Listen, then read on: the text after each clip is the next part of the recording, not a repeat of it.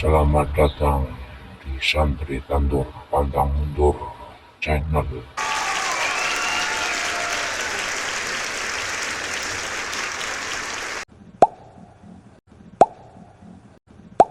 Ready, go! Tausiah dari Sang Hyang Nur Cahyaning Nirwana. Meninggalkan amalan karena manusia termasuk riya, dan beramal karena manusia termasuk syirik.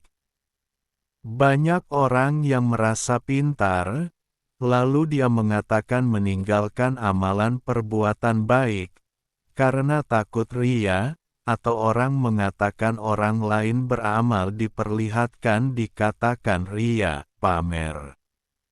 Orang itu lebih mudah berkomentar, dan mengomentari orang lain. Kayak penonton sepak bola, ribut mengomentari pemain sepak bola profesional, menggoblok-goblokkan pemain sepak bola profesional, karena tidak bisa memasukkan bola ke gawang. Padahal kalau dia disuruh main bola sendiri, baru lari 100 meter sudah nafasnya putus. Ya, orang itu lebih mudah berkomentar atau membuat cemoohan.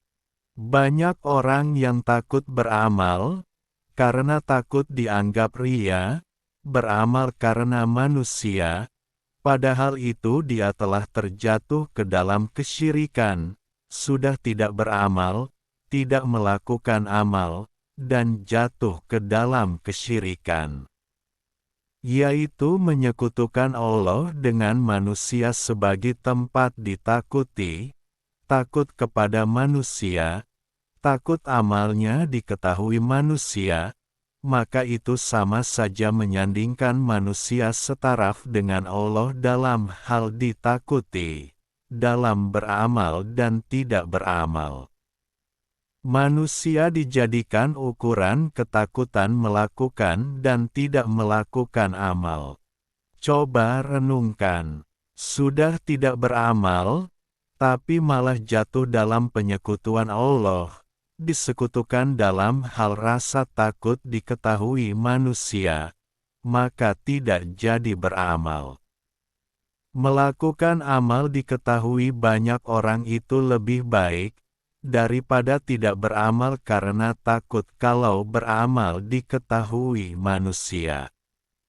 Dan menyembunyikan amal itu lebih baik, daripada menunjukkan amal kepada banyak orang. Jika semua orang takut riya, sehingga berusaha menyembunyikan amal, maka Rasulullah Shallallahu Alaihi Wasallam tidak akan menyarankan sholat berjamaah. Sebab jika seseorang sholat berjamaah itu makmum harus tahu sholatnya imam, jika imamnya takut sholatnya diketahui, lalu dia sholatnya kemulan sarung, dan mengunci di dalam kamar, bagaimana makmum akan mengikuti gerakan imam? Juga bagaimana seorang guru mengajarkan huruf dan ejaan kepada murid-muridnya, jika si guru menyembunyikan tulisannya karena takut riya, bagaimana murid bisa tahu tulisan kalau tidak melihat tulisan gurunya? Jadi intinya orang yang tidak beramal karena takut riya, itu sebenarnya sudah jatuh ke dalam tipu daya iblis. Yang benar itu mau ada orang atau tidak ada orang, seseorang itu harus belajar ikhlas. Ada orang dan tidak ada orang, hati dalam beramal tidak berubah, amal yang dilakukan tidak berhenti. Ikhlas itu bisa menetap di hati orang harus ditanam dengan istiqomah, disirami dengan kebiasaan, dirawat dari penyakit. Ada penyakit dalam ikhlas itu wajar, sebagaimana tumbuhan diserang hama. Sebagai petani keikhlasan maka karena serangan hama tak lantas berhenti menanam amal, amal tetap ditanam, dan pelan-pelan hama tanaman diobati. Nilai suatu amal itu kadangkala diambil dari sejauh mana merawat tanaman amal, sampai dicapai keikhlasan dan panen pahala didapat. Itu karena sanggup melewati pancaroba, berbagai macam hama tanaman yang mengganggu tanaman amal, agar bisa bertahan sampai musim panen tiba. Dan menghalau hama tanaman amal itu sendiri ada pahala di dalamnya. Dan pahala di dalamnya hanya Allah yang tahu berapa banyak kadar dan ukurannya.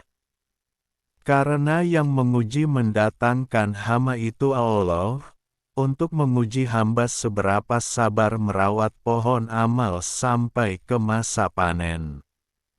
Maka beramalah terus, jangan menunggu ikhlas. Ikhlas itu bagian ruh, sebagaimana sabar, ridho, tawakal, semua dalam dimensi ruh. Tidak bisa diraba, dilihat bentuknya, dan tidak bisa dikecap rasanya.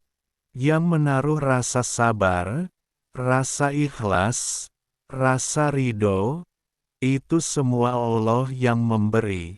Tugas kita beramal, dan selalu beramal, tidak usah memikirkan ikhlas atau tidak ikhlas.